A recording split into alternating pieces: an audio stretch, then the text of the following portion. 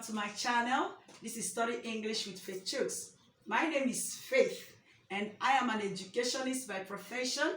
I have love, I have passion for inculcating knowledge to the younger generation and to everyone who has interest in learning English. So if you have not subscribed to my channel, please try to do so. You can also follow me on Facebook and Instagram at Study English with Faith Chuks. With that, you'll be able to be notified whenever I upload a new video. Today, we're going to be looking at modal auxiliary verbs. Modal auxiliary verbs are those verbs which help the lexical verbs to complete their tenses. What does it mean? It means that modal auxiliary verbs are the helping verbs. They help the lexical verbs to complete their tenses. Now, I want to refresh your minds at what lexical verb is all about. Lexical verbs are those verbs, they are also known as the main verbs. This is because they can stand on their own without help from any other words and still convey a complete meaning. For example, you tell someone, come, and the person will come. You didn't add any other thing to it. You only said come. The person understands you and come. You say sit. The person will sit. That is what? Lexical verb. You tell someone clap and the person will clap. These are all lexical verbs. They can stand on their own without help from any other part of speech to do what? To convey their meanings. So, but then these lexical verbs need help when it comes to tenses. They need help to show that the action is either in the present, past, or in the future. For example, if you tell someone, I see you next week, it will sound somehow. The person will not understand you because something is missing. Now, what is it that is missing? Now you rephrase it. I will see you next week. Now it makes sense. I will see you next week. So the presence of will has made the difference. Now someone will be able to understand that the action will happen in the future. And the will is one of the modal auxiliary verbs. So today we actually have two auxiliary verbs.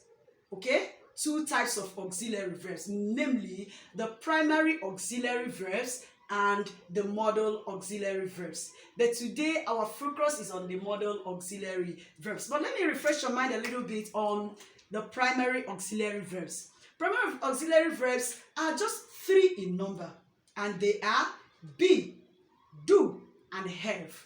These are the three primary auxiliary verbs we have. But unlike the primary auxiliary verbs, the modal auxiliary verbs are numerous in number. They are many. We have can, could, may, used to, should, must, might, will, would, and the counting goes on and on. But today, we're going to look at a few of them. This is because if we are to take all at the same time, it could be too cumbersome for us to assimilate. This is why we need to take them bit by bit. So today, we're going to be looking at just the can, could, may, used to, should, and must. These are the functions of these modal auxiliary verb. Number one, we have the can and could. Can and could are used to show ability. What do I mean? What it means is that they are used to show the ability someone has to do something. For example, he can swim very well. He can swim very well. That is to show, say, he has the ability to swim very well. Now we have could. Could is used to depict past ability. It is the past tense of can. Could is the past tense of can. What do I mean? You can say something like, I could dance well in my younger years. This means that I had the ability to dance very well when I was much younger. So we use could to depict past ability. Now we also have the can, could, and may for requests. So we use it to request for permission. What it means is that you can say something like, Can I use your pen, please? You're actually requesting for permission to use someone's pen. We also can say, could I go with you? You are requesting for permission to go with someone. Okay? We could also say, may I use your iron, please? All these are requesting for permission. So we use can, could, and may to depict permission. While we use only can and could to depict ability, either present or past ability. All right, with that we move to the next usage of can, could, and may, which is possibility.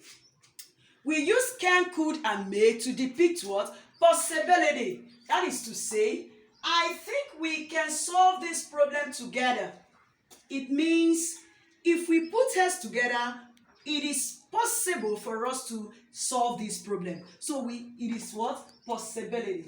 We can also say, I could see the chairman if I'm allowed. It means it is possible for me to see the chairman if I'm allowed to do so. Okay?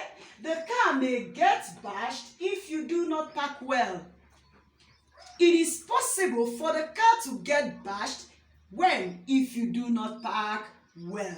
That is to say, we use can, could, may to depict possibility. Possible things that are what? Possible. All right, we are moved to used to. Used to, as a modal auxiliary verb, is used to express past action. What does it mean? It means that whenever we are talking about past habits, the habits we had in the past, we should do what? Used to. It is very wrong for us to use this used to express present tense or simple present tense. For example, we could say, she used to fight when she was younger. That simply means that she had the habit of fighting when she was much younger. Sometimes we hear people saying, I used to go to school every Monday. It is wrong. Rather, you say, I go to school every Monday. Don't say, I used to go to church every Sunday. It is wrong. Rather, say, I go to church every Sunday. But you could say, she used to be my friend. That means she was once your friend, but right now she is no longer your friend. So we use used to express past habit or past actions. All right? Now, we move to should. We use should to depict advice.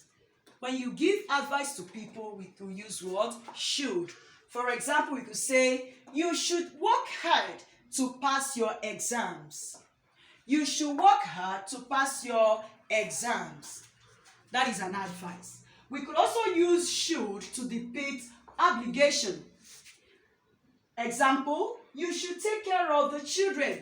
This simply means that it is your obligation to take care of the children.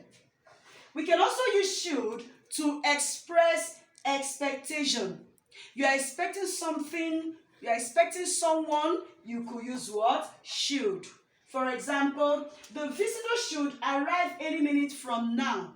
This means that you are expecting the visitors to arrive any moment from now. You can also say, I should be on my way in the next 10 minutes. That means you are expected to be on your way in the next 10 minutes. So whenever you are talking about expectation, we could use what? Should. And lastly, we use must to denote compulsion. Whenever you're talking about something that you are very sure of, certainty, or something that is compulsory, we use what? Must. We could say something like, I must pay the fees before traveling. That is because probably you already have the fund, or you already know where the fund will come from. So you're actually sure that you must pay these fees before you travel. That is why you used what? Must. I must be there tomorrow. You are 100% sure that you will be there tomorrow. That is why you use must to express certainty. Okay? So these are the usage of these few modal auxiliary verbs. I believe by now you should be able to express or explain the uses of can, could, may, used to, should, and must as modal auxiliary verbs. All right, this is where we'll start for today. Please, if you have a question, feel free to use the comments button. If you also have a topic that maybe you have issues with in English and you want us to discuss it, don't be shy. Just feel free to drop it in the comment box. I'll try my best to attend to them. In our subsequent lessons or videos, we could go through them. All right? So, see you in our next class.